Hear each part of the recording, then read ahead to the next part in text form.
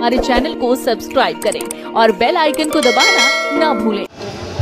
आज डॉक्टर बाबा साहब अम्बेडकर, भारत रत्न डॉक्टर बाबा साहब अम्बेडकर, इनके महानिर्वाण के इस प्रोग्राम में बहुजन समाज पार्टी की तरफ से हम सभी महाराष्ट्र प्रदेश के सभी पदाधिकारी अपने भावभीनी श्रद्धांजलि अर्पित करने के लिए यहाँ पर आए हैं। और उसी के साथ साथ ये जो बहुजन समाज पार्टी का पेंडॉल और आप झंडा देख रहे हैं, महापुरुषों की तस्वीरें देख रहे हैं, हम यहाँ आने वाले सभी बाबा साहब के अनुयायियों को ये संदेश देना चाहते हैं कि बाबा साहब का सपना यदि कोई पूरा कर सकता है इस देश के अंदर तो केवल बहुजन समाज पार्टी और उसके नेता बहन कुमारी मायावती जी। हाल ही में महाराष्ट्र में चुनाव हुआ और जिसका रिजल्ट देख के बहुजन समाज के लोग, उत्तर भारत के लोग देख के निराशजनक बहुत जाते हुए, चाहे किसी भी प्रदेश में हो। और लगातार बहुजन समाज पार्टी की हार से बहुजन समाज के जो खासकर यूपी के जो वोटर हैं उनको लगता है कि एक प्रत्याशी हारा है तो उनका एक अंक कट गया है। तो इसके पीछे क्या कारण है कि हर चुनाव बीएसपी हार रही है? मैं समझता हूँ कि ये जो रिज़ल्ट है ये मैनिपुलेट रिज़ल्ट है, चाहे महाराष्ट्र में हो चाहे अदर स्टेट्स में हो। जिस तरीके के रिज़ल्ट्स दिए जा रहे हैं, मैं आए नहीं बोलूँगा, ये दिए जा रहे हैं थ्रू मशीन्स। और बहन जी ने कई बार पार्लियामेंट के अंदर भी ये बात उठाई। परम आदरणीय बहन जी ने 24 तारीख को रिज़ल्ट के तुरंत बाद अपनी प्रेस कॉन्फ्रेंस में भी ये बात कही है कि लोकतंत्र के लिए सबसे खतरनाक यदि कोई चीज़ है तो ईवीएम। और ईवीएम के माध्यम से ये जो हमारा और आप लोगों का सभी का जो मनोबल गिराने का काम हो रहा है वो केवल उसके लिए जिम्मेदार ईवीएम और रिजल्ट्स को मैनिपुलेट किया जा रहा है। ईवीएम का लगातार विरोध हबहन जी कर रही है, हर चुनाव में हर रैलियों में करती हैं, लेकिन उसको खुलकर क्यों नहीं कहते हैं और चुनाव लड़ भी रही हैं। हर स्टेट में चुनाव लड़ा जा रहा है। देखिए कैसा है कि हम लोकतंत्र में बाबा साहब के सपने को पूरा करना है। बाबा साहब ने देश को लोकतंत्र दिया है। परम आदरणीय बहन जी ईवीएम की लड़ाई बहुत सालों से लड़ रही है, लेकिन ये जो मनोवादी ताकतें हैं जो मिलजुल कर मिल बांट कर सत्ता चलाने का काम कर रहे हैं, कभी इस स्टेट में कभी उस स्टेट में, और लोगों को ये दर्शाते हैं कि भाई ईवीएम का गणित नहीं। अभी देख लीजिए महाराष्ट्र में इलेक्शन हुआ, साथ में झारखंड में हुआ, तो महाराष्ट्र के इलेक्शन में वन वे स्वीप हो गया, जबकि कोई नहीं चाहता था, कोई समझता भी नहीं था, किसी का कैलकुलेशन नहीं था कितनी सीटें चुनकर आएगी, वो आई।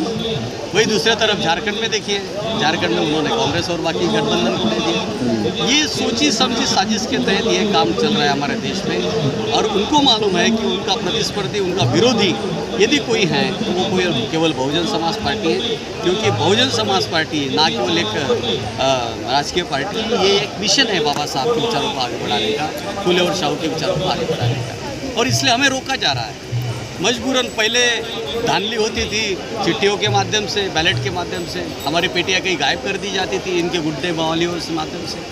आज वही धांधली ईवीएम के माध्यम से हो रहा है। मेरा फिर रेगुलरली परम आदरणीय बहन जी लड़ रही हैं, आने वाले दिनों में इसका नतीजा आप लोगों को दिखेगा। मेरा ये फिर सवाल वही है कि बहन जी ईवीएम पे विरोध करती हैं, लेकिन बहुजन समाज पार्टी के अन्य कार्यकर्ता ईवीएम पे लेके सड़कों पर नहीं उतरते हैं, तो कैसे, अगर बहुजन समाज पार्टी चाहे तो उसके देश के अंदर सभी प्रदेशों में नेटवर्क है, अगर चाहे तो रात एक दिन में तख्ता पलट सकता है, ऐसा क्यों नहीं हो रहा है?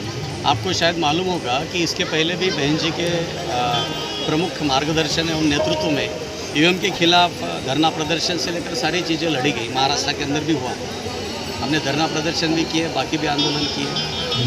परम आदरणीय बहन जी का काम करने का एक तरीका होता है, वो हमें जिस तरीके से मार्गदर्शित करती है हम उस तरीके से उनके कैडर्स काम करते हैं। आने वाले दिनों में इसके खिलाफ जो बहन जी निर्देश देगी उसको हम फॉलो करने वाले हैं और ये होगा। लेकिन बाकी की पार्टियों की तरह बहुजन समाज पार्टी नहीं है। बहुजन समाज पार्टी एक कैडराइज्ड डिसिप्लिन पार्टी है और हमारे सर्वोच्च नेता की हर बात हम सुनते हैं। तो इसके ऊपर भी बहन जी, परम आदरणीय बहन जी, उसके ऊपर काम करने वाली हैं।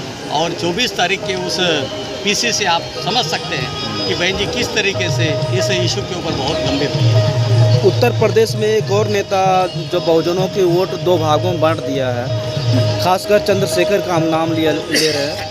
बहन जी हमेशा आरोप लगाती है, लेकिन चंद्रशेखर के समर्थक कहते हैं कि चंद्रशेखर, बहन जी कभी बुलाती नहीं चंद्रशेखर को, तो उस पर आप कितना? उत्तर प्रदेश के इशू पे ऊपर मैं बोलना पसंद नहीं करूँगा, क्योंकि मुझे उत्तर प्रदेश की राजनीति से कोई लेना है नहीं। लेकिन इतना ज़रूर मानता हूँ कि मनुवादी ताकतें हमारे अंदर डिवीजन करने के लिए हमारे ही कुछ लोगों को हैंडल करने की कोशिश कर रही है।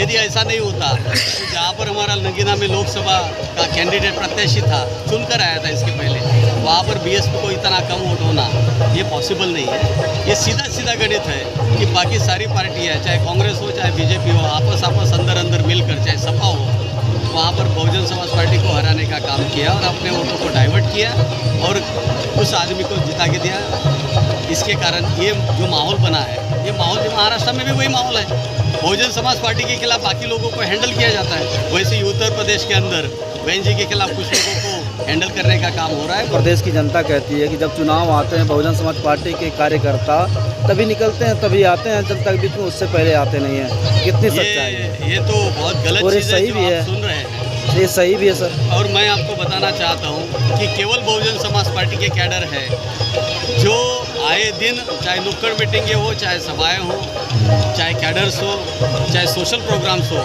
यदि पूरे देश में यदि किसी के चलते हैं तो वो केवल बहुजन समाज पार्टी और वामशक्ति के चलते हैं। और इसलिए ये बात कहना ये बहुत गलत है। ये मीडिया के माध्यम से फैलाई गई बात है।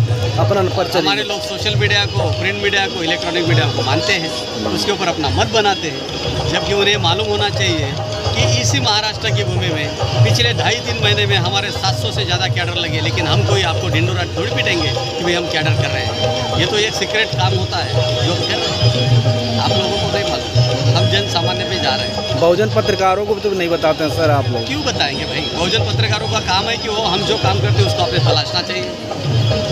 सही बात है ना, आपने तलाशना चाहिए। मान्यवर साहब ने कहा है कि हम जो काम करते हैं उसकी आवाज़ कम करो, काम ज़्यादा करो। हम काम ज़्यादा करते हैं, आवाज़ कम करते हैं, और इसलिए परमादरणीय बहन जी भी कहती हैं कि हम लोग कभी प्रेस में जाते हैं। अकेली बहन जी प्रेस में जाती है। ये तो आज आप मुझे पूछ रहे हैं इसलिए मैं अपना जवाब दे रहा हूँ। हम कभी प्रेस में नहीं जाते। हमारे चैनल को सब्सक्राइब करें और बेल आइकन को दबाना ना भूलें।